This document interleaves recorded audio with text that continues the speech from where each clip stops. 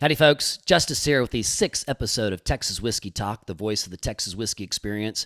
In this episode, the Weave and I went to Katy, Texas, and hung out with Nick and Nici Jessett, the owners of MKT Distillery. The distillery gets its name from the Missouri-Kansas-Texas Railway, whose historic tracks literally run 30 feet from the distillery. What's unique about this operation is rice. The distillery is located in a complex of rice silos. And what's also unique is they incorporate rice as a grain into all of their whiskey mashes. So this episode is similar to Gulf Coast Distillers. It's a walking and talking tour. And then on episode 7, we sit down with Nick and Nici and do a tasting in their tasting room. So if you enjoy the show, join the Texas Whiskey Nation and follow the Texas Whiskey Experience on Instagram and Facebook and on Twitter at Texas Whiskey EXP. Also, subscribe to our channel on YouTube, Texas Whiskey Experience, and listen to Texas Whiskey Talk on iTunes, Google Play, and Spotify. Or if you want whiskey updates sent directly to your inbox, go to our website, texaswhiskeyexperience.com, and subscribe to our newsletter. Cheers. Howdy, folks. Justice here with another episode of Texas Whiskey Talk, the voice of the Texas Whiskey Experience. I'm joined by my co-host, The Weave, and this episode we're bringing you to Katy, Texas.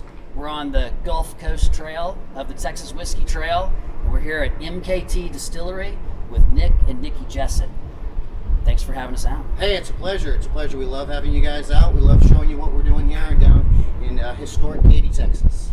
Well, we're super excited because the Weave and I are Beaumont boys. We're Southeast Texas folks, so we're super excited about highlighting what you guys are doing down here. And the other thing is you don't mind the weather and the temperature. Exactly. Right? You're used to this. Yes. Exactly. We're conditioned. So. Awesome. So tell us, how'd you get in this business? How'd you get in the whiskey business? Several years ago, we were in Tennessee, and we drove down to Gatlinburg, Tennessee. And I don't know if you guys have ever done that, but it's a super fun trip. We went to one Old Smoky distillery, we went to a Sugarlands distillery, we went to an Old Smoky distillery, did the samples there all 3 times and then repeated because why not? And we just loved it and we thought this was super awesome and we wanted to bring just that entire vibe of distilling and having fun with spirits and whiskeys back to Katy, Texas. So other than enjoying whiskey-related products, do you have any background related to this? Not at all. No. We both have jobs in corporate America. I work for Accenture, so I'm a consultant, and it was that was good for this process because whenever we came up with an issue, it was just like solve it. It wasn't a hurdle; it was just a solve it. And Nici works for Poindexter Company as an executive assistant. So she has to do the same thing. So when you come up with a problem, you just solve it. And so that's what helped us get involved in this industry. So we didn't find a hurdle that was too tall, and we just kept on going forward. So you guys are here in Katy. Mm-hmm. There's a tie between Katy, Texas, and MKT in regards to name. Yes. Can you talk to us about that a little bit? Sure, definitely. So MKT is after the Missouri-Kansas-Texas Railroad system that was started in Junction City back in 1870, and it slowly weaved its way into Galveston. Back when it incorporated in 1870, its official stock symbol was K-T. So they started nicknaming it the Katy. Well, steam trains had to stop every 30 miles to get more water. And this stop was 30 miles away from Bonner's Point, which is in downtown Houston by the jail system. And I don't know that for any particular reason.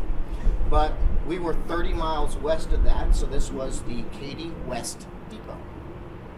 And so as you just the name shrinks and time goes on, they shortened it from the Katy West Depot just to Katy. Nice. Yeah. So then there's a big rice business that happened history there. So yeah. Obviously we're tied into that closely here. Yes. So Katy was pretty much the rice capital of the South. During its heyday, they guys in Beaumont, they disagree with that. Just saying, they got a lot of rice. I'm not going to argue. You two are larger than me, so I'm not going to argue this point. So during its heyday, they had 70,000 acres of rice under production, and they had over 300 farmers involved in it. And so this is one of the many silos. This is one of the 5 remaining rice dryers. And this was the longest by far. This was created in 1947. and we've been just thrilled and excited to kind of move into it and use it for our production purposes. But because it is a huge rice capital here, we do use rice in our whiskeys. Yeah, we want to talk a lot more about that as we go through the tour. Yeah, who had the idea with occupying this space? Well, so we kind of thought about it for a little bit. No Label used this space. That's where they started, and they moved out and went next door into a very larger facility. And so we kind of knew it was open, but we kind of didn't know if No Label would be amenable to us being next door, being also in kind of the adult beverage industry. But it was available, and we took an opportunity, and we're super excited because not only is it a rice dryer and historic, but the MKT Railroad is about 25, 30 feet that direction. So we are right next to it. Did the TTB look at you crosswise when you said you were trying to open a distillery in a rice facility? A little bit, yes. A little bit, yeah. TABC was a little bit more concerned, so those legislative branches and regulatory agencies are always fun to work with. Fun stuff. Yes. Well, cool. Well, you want to Sure. walk and talk and show us Sure. what you got inside? Yeah, sure. All right. After you guys.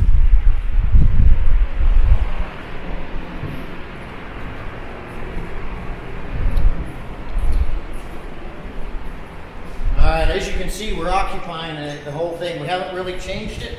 We've just kind of moved into where it is. So that's always been the fun stuff. So this is our fermentation room behind electric panel 1. So this is where we ferment everything. We ferment in plastic tubs right now.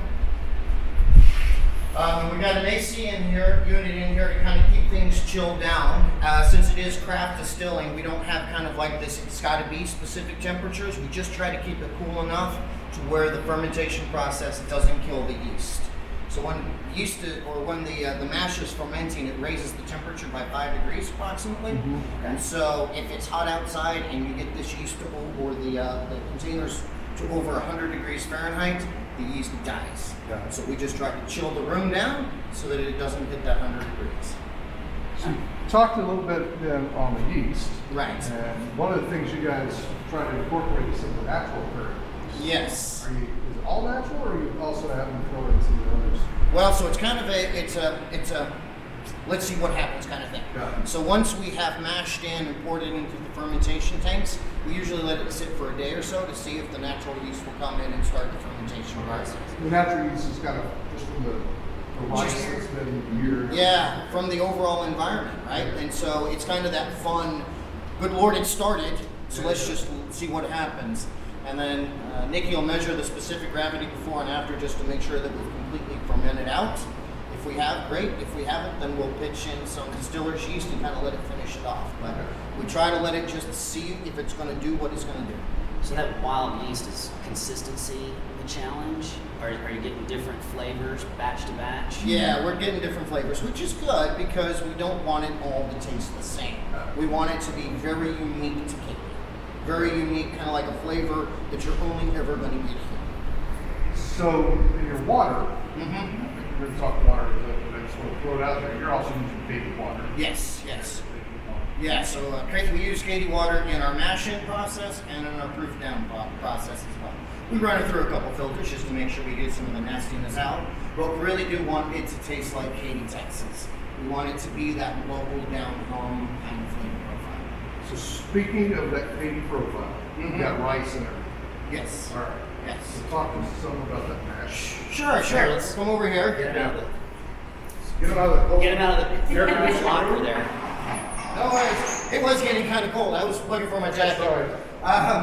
Right, so we do, this is kind of our mash bill right here for our whiskey. And our whiskey is going to be our Silver Spike and our bourbon. So it's the same mash bill. Silver Spike's going to be just that aged for an hour. And our bourbon's obviously going to be That's aged. your white whiskey. Yes. Okay. And then then we also use that same distillate for our bourbon, and that's going to age as long as it needs to age. Okay. Right? So we use Texas corn that we get from Denton, Texas, and we get this from MBS Seed, which is one of the proud partners of the Texas Whiskey Association. And then we throw in Katy rice. And so that was our big thing that we wanted to do. Obviously, being in rice dryers, being in Katy, Texas, being the rice capital of the South. We wanted to use Katy rice, and we use Jessett Farms rice, and it's out on 529. So I go drive out there and go pick up rice from him. Right? So that's our process, and then to kind of convert all that starch into glucose, we use malted barley that we also get from Denton, Texas, and it also comes from MBS seed. Yeah. And what are the percentages on the mash bill? I think it's about 53% is corn. Okay. Yeah, and it's about 20 some odd percent is the rice, and then the rest is the barley percentage. So that it's got enough of that. 51% has to be corn for bourbon, so we've kind of taken it and passed it beyond that. And so using rice, that doesn't cause any classification issues? Or No, because it has to be a cereal grain. Cereal grain. Okay. Okay. And so it is a cereal grain. Got it. Right, and what it's going to do for us, so when people try our Silver Spike, they always comment that it calms things down, or it is a calmer flavor profile. It's not quite as harsh, and it's really the rice. We didn't understand why that was doing that, but being next to a brewery, the guys have always come over and they've always reminded us that light beer is made with rice. And so if you look at it, rice does calm things down quite a bit. Interesting. Yeah, so that's what we get out of that. So the bourbon should be interesting. As far as we know, there's only maybe one other place that's putting rice in their bourbon, so we might be number 2 or number 1 if they're not doing it. The only people in the U.S. making bourbon with rice. Is there any challenges with making a mash with rice as an ingredient? I mean, I don't know, strike temperatures or gumming up the equipment or anything like that? No, it's been pretty good. We do kind of have to blend it one more time just so we can get all the starch out, or grind it one more time. But Okay. yeah, it's I don't know, it's been kind of fun. Awesome. Well, what else we got back here? So this is our massively huge, monstrous still. It is a 55-gallon still. Yeah. I mean, we'll try to get out of the way, but that is our big 55-gallon still. We went with a 55-gallon, really just opening up to make sure that people wanted this place and kind of enjoyed the flavor profiles that we're getting out of it. We are looking at getting a larger still, so that would be kind of the next step up. I really like doing 17 batches to get, 10 gallons. We thought maybe we'd try to save a little time. Yeah, time and effort, The old saying is work harder, not smarter. Yeah. Exactly. So walk us through this. How long does the process take for you guys to crank out product? So it's a 10-hour mash time. That's always to mash in takes about 10 hours, and that's getting the grains in there, getting the starch component out, and then converting all that starch to glucose takes us about 10 hours. It's kind of a laborious process. And then the next day, once it's cooled down enough, we pull it all out using our fabled bucket pumps, which just an awesome process. It's really fun. You should try it. Yeah, it's fun. That's why we wear Crocs, because it goes everywhere. Not where it needs to go. Why use a pump when you can, pour it out in the buckets and transfer it? Exactly. So then we transfer it over into the fermentation room, let it sit there for a day or so to see if the natural yeast are going to come in and take off. If not, we then throw in our yeast. And it takes anywhere from, believe it or not, during the winter, it was taking a week to ferment and everything out. And during the hotter months, it takes 2 weeks for that fermentation process to go all the way through. Wow. Okay. And I think it's probably because of the heat side of it all. So then once that's done, we bring it back in here and we heat it on up to 190 degrees and start cooking. And that takes about another 10 hours to get the distillate out. And we're going to get about 2.5 gallons out of every run through there. Have you do a stripping run or anything like that? No, we don't need to do a stripping run because we've got the reflux column on the top there. So it will do all of that in-house. It's that process. So that does that, and so we'll pull it off at about 160 proof. Yeah. Taste it a few different times during the process. Make sure it still tastes good. Yeah. Mm-hmm. Proof it down. Yeah. After everything's Katy out. water. Yes. Katy water? Mm-hmm. Yes. So I'm super jealous that you got this second career thing going. So how did y'all specifically learn to distill? Kind of twofold. We do have a distiller involved in our operation, and he's been distilling in Old Katy not at all for about 10 years or so, and so he kind of knew the process on moonshining, and so then it was just how do we take that moonshine, because moonshine is really just a sugar mash, it's not really a grain mash. How do you then take that into a grain mash? And so we kind of experimented with it a little bit. It was weird the first time we did it, because so when you throw all the grains in there, it becomes this starchy mass that is horrible, and I'm kind of looking forward. I'm like, how am I going to get anything out of this? Because it honestly looks like oatmeal, and not the fun oatmeal, but more the Marriott, Hilton, continental breakfast. Lift up that lid and go. Sitting there for 4 hours. Good Lord, what is this kind of stuff? So then, but we kind of followed the process, right? We know what we have to do, and so we threw the barley on there. Within 10 minutes, that thing starts turning into liquid. Okay. And it was that conversion of starch to glucose, which is like, okay, thank God. But so it's been a lot of just trial and error. But what we have had is a lot of people kind of jump in and help us. So within the whiskey industry or the spirits industry, there are some people that are very close ranked, it's our secrets. But there are a lot of people in the craft side that are very open, will come over, kind of help us out, give us advice. We had Moonridge Moonshine. He came in and spent a day with us, kind of helping us out on stuff. We had advice from the Hill Country, Texas Hill Country distillers, and a couple others that we can just call up, and they're like, hey, yeah, try this, give this a go. So it's been really helpful just kind of going that process. Well, you've got your own moonshine too. Yes. So we do make our own moonshine, and it actually won an award, so we're really excited about that. Nice. Yeah. What award? 50 Best, and it got silver medal. Nice. Yeah. Okay. So that was kind of fun. We've got our own gin that we have now. Making your own gin. We have our That's own not on the gin. website. I didn't see that. It's new.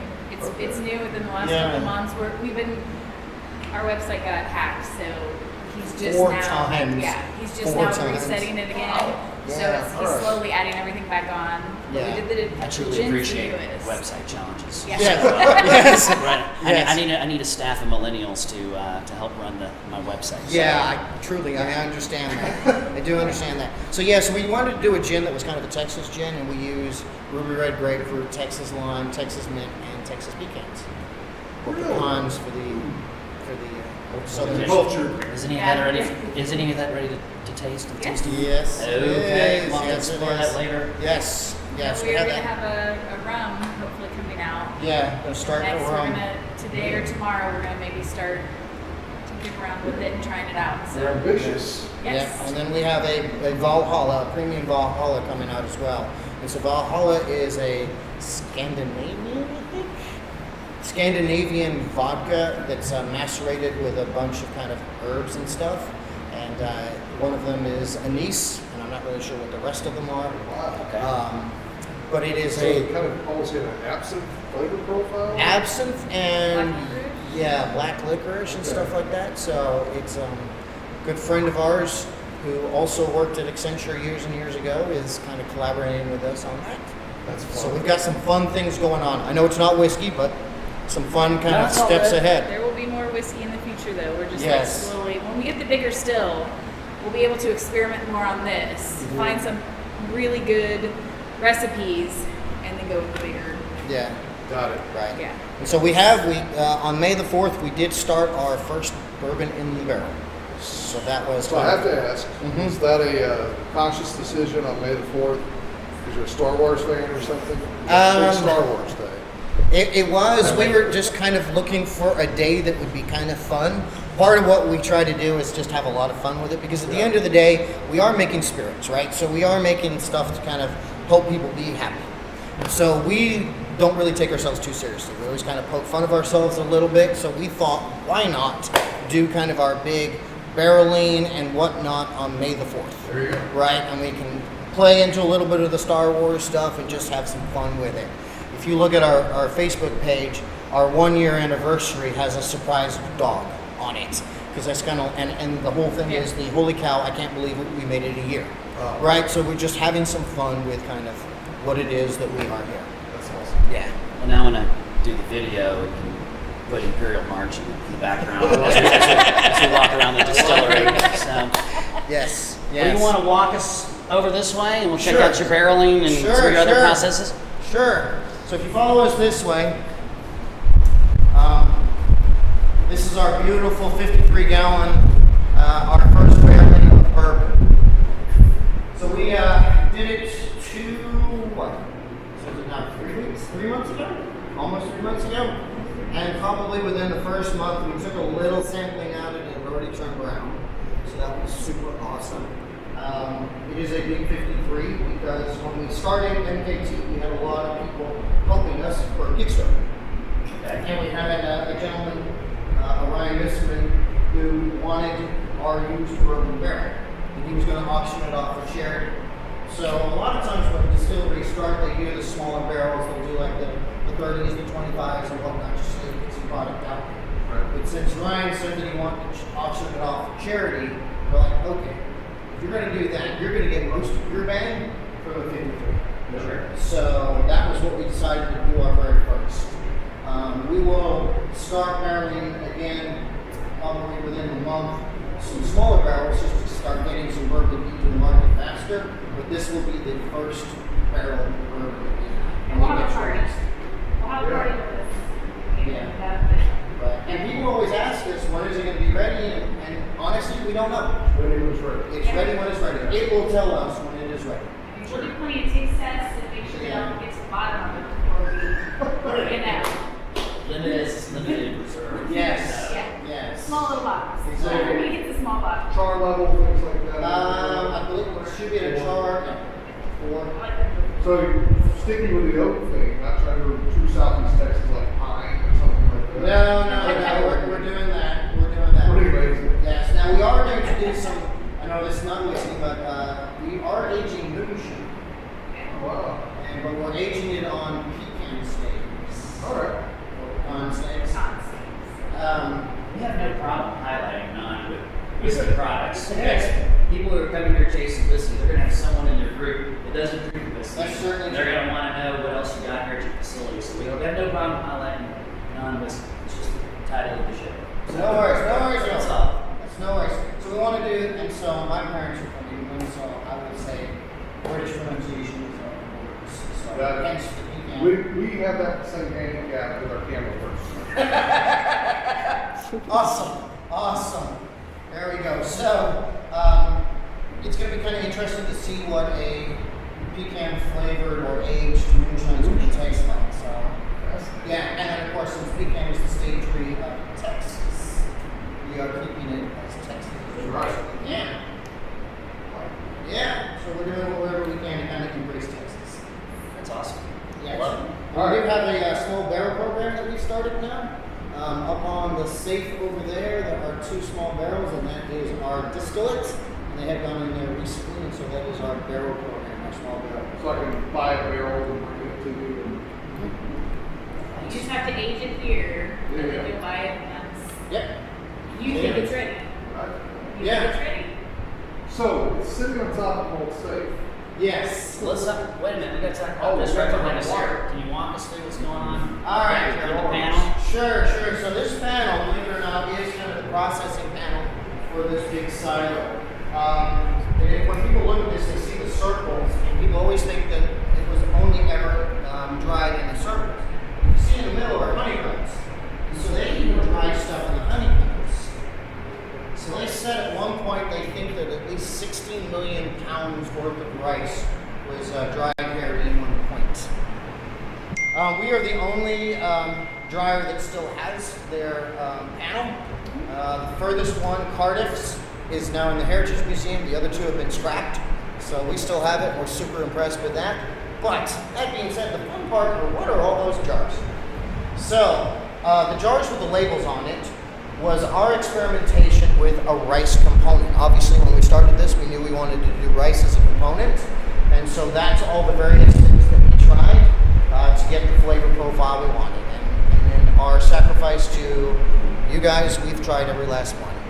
I mean, it was hard, but we mustered the strength and pushed through. The ones without labels, was our distiller's effort to convince us that we shouldn't use Katy water. He told us that real distilleries use reverse osmosis and other fun things, rainwater, and so we needed to do that. We wanted to do Katy water, so he said to us, well, I'll take what our winning was on this side, proof it down with all these different things, write numbers on the top, give you a sealed envelope, you guys do taste tests, and figure out which one you like best, because I guarantee you it won't be Katy water. But he did give us the caveat that we had to swish it around in our mouth and spit it out, which was honestly a crime, if you ask me. So it took us a good month or two to kind of get the courage to do that, but we sat down one evening and went through everything. And the one that Nicky and I settled on was actually Katy water, believe it or not. What did your distiller say? He goes, so we just kind of went with it, and Nicky and I don't even live in the Katy municipal district. We live out in a mud district, kind of a little bit, a couple miles to the south of us. So it's not like it's even a flavor profile that we know, right? We just thought it was a good flavor profile for what we did. People always ask us what that dark one is. I'm not really sure, but most conjecture is that's just Dallas water. Did you say Katy water? Where is it coming from? Is there... They do have their own physical water in here. Okay. Yeah, Gotcha. they have one. Okay. Yeah. That'll work. Yeah. So we filter it a couple times just to make sure we get some of the nastiness out. But it is a flavor profile that you're only going to get. Let's look at the safe. All right.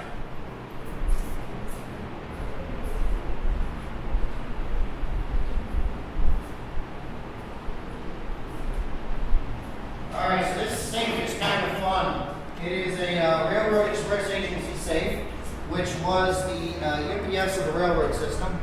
We saved it from being scrapped. It was built in 1905, and I'm not sure if it was on the MKT railroad system, but it did come from Waco. And it is our humidor. So we do have a cigar lounge that is underneath the metal silos out there, and we have a selection of cigars. Now, we don't sell the cigars because I don't want to be in the tobacco selling industry. Okay. So it is personal collections that people drop off, and then we have a tip jar where people can throw in what they think is appropriate for the cigar, and we use that to go repurchase. And it is our own personal collections. Gotcha. Yeah. Love which brand? I love anything that is a dark Maduro wrapper, and I prefer Dominican tobacco over anything else. I hate to say that I'm not a fan of Cuban cigars. Justice is our cigar. No, I'm a Nicaraguan. So I yeah. like Nicaraguan. Big fan of my fellow cigars. So. Oh, there you go. Yeah. I used to smoke downhills way back in the day, and it was I could buy a box of 20 for $20. Way back in the day, before Arnold Schwarzenegger started smoking them. So, like early '90s. So, no Yeah. Swisher Sweet man? No, I try to stay away from Swisher Sweets. Yeah. And with the natural environment here with humidity, you don't have to worry about the No. humidification system. No. It's safe here, so. Yeah, no, I really don't. I do have a couple little things in there, but it's more just token at this point. Yeah, the humidity level really helps. Awesome. Yeah. Okay. Well, Let's talk about the rest of the experience. Sure. So this is our very, very fun kind of tasting room. Our bartender Sarah takes care of a lot of stuff there, but this is inside the silos. And the fun part about what we do is a lot of people drive by that have lived down in Katy for years, and you drive on the outside. But you come here and now you actually get to experience the silos from the inside. And so you get to sit in here, and it's a little cooler than being outside because you are covered with just, so much concrete, right? So it does kind of create a cave-like environment in here.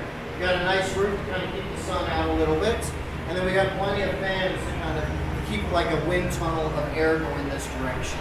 So it's cooler than just being out in the regular environment. And then when it rains, you can duck underneath. nice. Yeah, so that's it. We had a lot of Kickstarter people kind of help us pay for all of the stuff, and so we honor them with names. We got names on the bar behind us. Did you You got games for the kids. We've got games for the kids. We usually have a bounce house outside. Okay. We've got cornhole.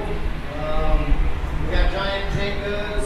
We've got giant Connect Fours for the kids. We even have Connect Fours on the tables for the We have adults. dominoes, cards, Yeah. You guys sometimes have bands. Yeah, so we will have a band usually. So we usually open up the first Friday of every month from like 5 to 10.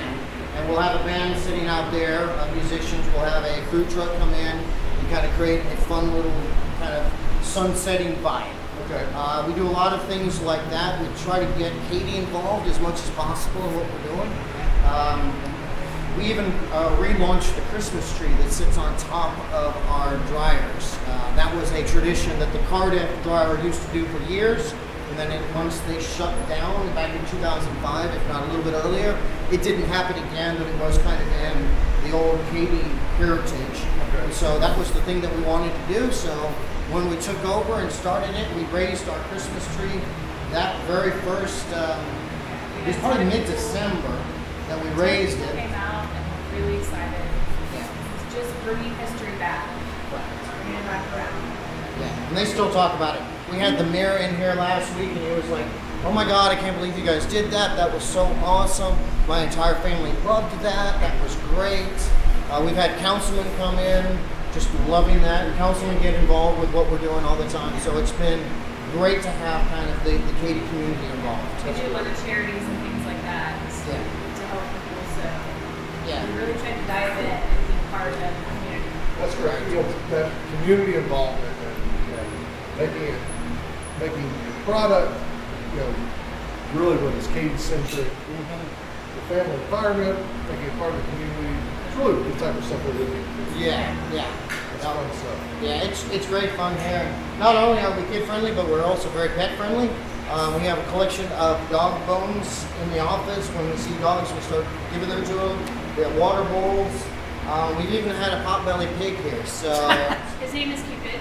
his name is Cupid. I did not know that. So And then you serve bacon the next day? Is that- I'm not allowed to say whether or not we did or did not do that. So your customers that come through here, you guys are on the Texas Whiskey Trail now. So Yes. have you seen people coming through with their cards saying they're on the Texas Whiskey Trail? Yes. We've got a good amount of people that have come through, and it's great. So we check them in. Actually, right over there where it says Texas Whiskey Yeah. Trail, that's where they check in. And then we give them a tour, let them do some samples, ask questions, spend a lot of time with them. It's been great. Yeah, I want to get my card swiped while I'm here. Awesome. Look at that. Look at that. There you So, go. All right. There you go. Yeah, we were really proud to be part of the Texas Whiskey Association. That's been a big steer of ours. Really, it started years and years ago when we'd go to Specs and Total Wine and places like that, and we'd see, bottles of non-Texas that have the Texas flag on it or call it Texas whiskey. And I remember reading some stuff from Wade Woodard, and it was talking all about the kind of like that, the trueness to it all. And so that was kind of my good Lord, I can't believe it. So then when we started this distillery, that was our big thing, is we wanted to be Katy, we wanted all that kind of stuff. When we first started, you're trying to figure out where to get grains from. And so you go to, the brewery stores, and it's like, can I get some grain? And it's like, yeah, we can get you this from Iowa. And I'm like, what about Texas? And I'm like, no. So then you kind of have to branch out and try to figure out where to get that from. So we eventually cottoned on to MBS Seed out of Denton, Texas, and we know everything comes from Texas when they send it to us. So help us out. So can you talk about the certified Texas whiskey certification? Yeah. How that works? Yeah, sure. So it was kind of a stringent process. So Wade and Spencer came in to kind of interview us and find out what they were doing, and it was how is your process? Let us see where you're distilling, right? Because do you actually have a scope? Is it really operational? So I think when they came in, we were actually mashing in. I think we were mashing in. So they saw that we were literally working it, right? And then they start looking at the bags. Where do the bags come from? Where's that grain come from? And because we had MBS Seed stamped on them, and they'd already certified MBS Seed as a supplier of pure Texas products, we're like, okay, good. And then the question was, where's the rice coming from? So we had to just show them a bag of rice from Jessett Farms, and it says, produced in Katy, Texas. And he's like, okay, good. So we're happy with that. Well, now show us the fermentation side. Where are you fermenting? Right? So we had to show him where the fermenters were, and we had stuff in there, and he's like, okay, good. So I can see that you're really doing that stuff there. And then where's your bottling line? Right? Right there. So, so that was kind of the process to see from start to finish what we're doing. And they will come back in a year just to make sure that we're still doing it the right way. Wade's come back a couple other times. Yeah, he was actually the first trail member to check in. Yeah, Wow. he was. Yeah, so, yeah. So what's the trail members coming in? Where's the furthest someone's come to check in? Are you tracking that at all? Australia. Yeah. No way. Yeah. Wait, last That was last week or the week before? no, it was last Saturday. Last Saturday or Sunday? Sunday, Yeah. last Sunday. So he came in from Australia, will have done, of the 15 places, I think had done 12 or 13. And we were the second to last. But he flew in from Australia, was going to be here for a week, did like the whole gamut here, did not hit Gulf Coast, which you guys were lucky enough to do because they're not open to the public, and then missed one in Austin, but was going up to Dallas because he was flying out of Dallas and then going to Kentucky to do that trail. So They have a trail in Kentucky? It's crazy. Yeah, What a figure. right? I think they copied us. Yeah. Do they even make whiskey up there? Maybe a drop here and there. All right. Hither and yon. It's mostly wine. Yes. Yeah, so that's the furthest. And he will, I don't think there will be much that will be that. No. Yeah. We had someone else that reached out to us that asked about coming that was from England or something. And I recommended to them, they said, we'd like to come in for X amount of time. And I was like, you should sign up for the trail.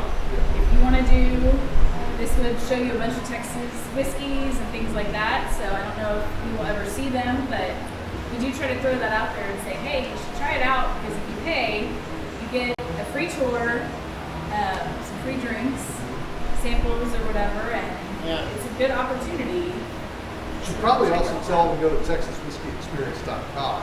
Yes. TexasWhiskeyExperience.com. No, we'll get a banner. Just to make sure they can see everything else.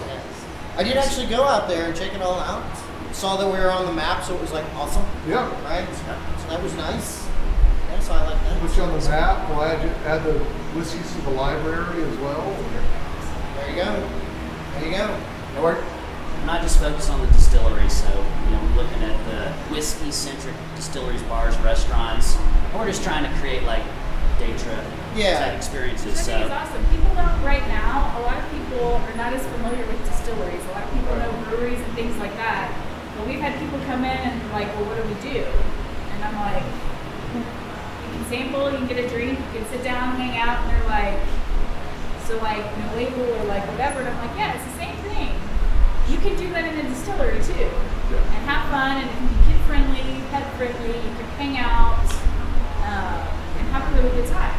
But people aren't familiar with that right now, so it's awesome that y'all are doing this to kind of highlight that for people, for business owners like us. Yeah. So Well, and it's good too, because like you were talking about the experiences, right? So we see it from one side, but we don't see it from the consumer side. So we don't know what that experience looks like from the flip side. So that the fact that you guys bring it in and talk about it, that's great for everybody. Yeah. Because I can say what I think it is, but it's not what you guys are going to think it is. We want to taste? Yeah, we'll taste, but we'll take a quick break. I'll take one quick break. So hey, all of you folks out there in the Texas Whiskey Nation, you need to get on down to Katy, Texas. Come out to the Gulf Coast Trail on the Texas Whiskey Trail. Come hang out with Nick and Nici. We're super proud of your operation being here in Southeast Texas. Thank you very much. At the Rice Capital, right? The rice capital. Still debatable. But come on down to MKT Distillery and be a part of the Texas Whiskey experience. Cheers. Hey folks, hope you enjoyed the show. Thanks to Nick and Nici for having us out. They're a hoot and they are running a truly craft operation. This is a really unique stop on the Texas Whiskey Trail, and every trailblazer needs to hit it. Stick around for episode number 7, where we're going to sit down with Nick and Nici in their tasting room and try some of their spirits. And let us know what you think about the show. Join the Texas Whiskey Nation and subscribe to the Texas Whiskey Experience on YouTube and Texas Whiskey Talk on iTunes, Google Play, and Spotify. And check out our website, texaswhiskeyexperience.com. Cheers.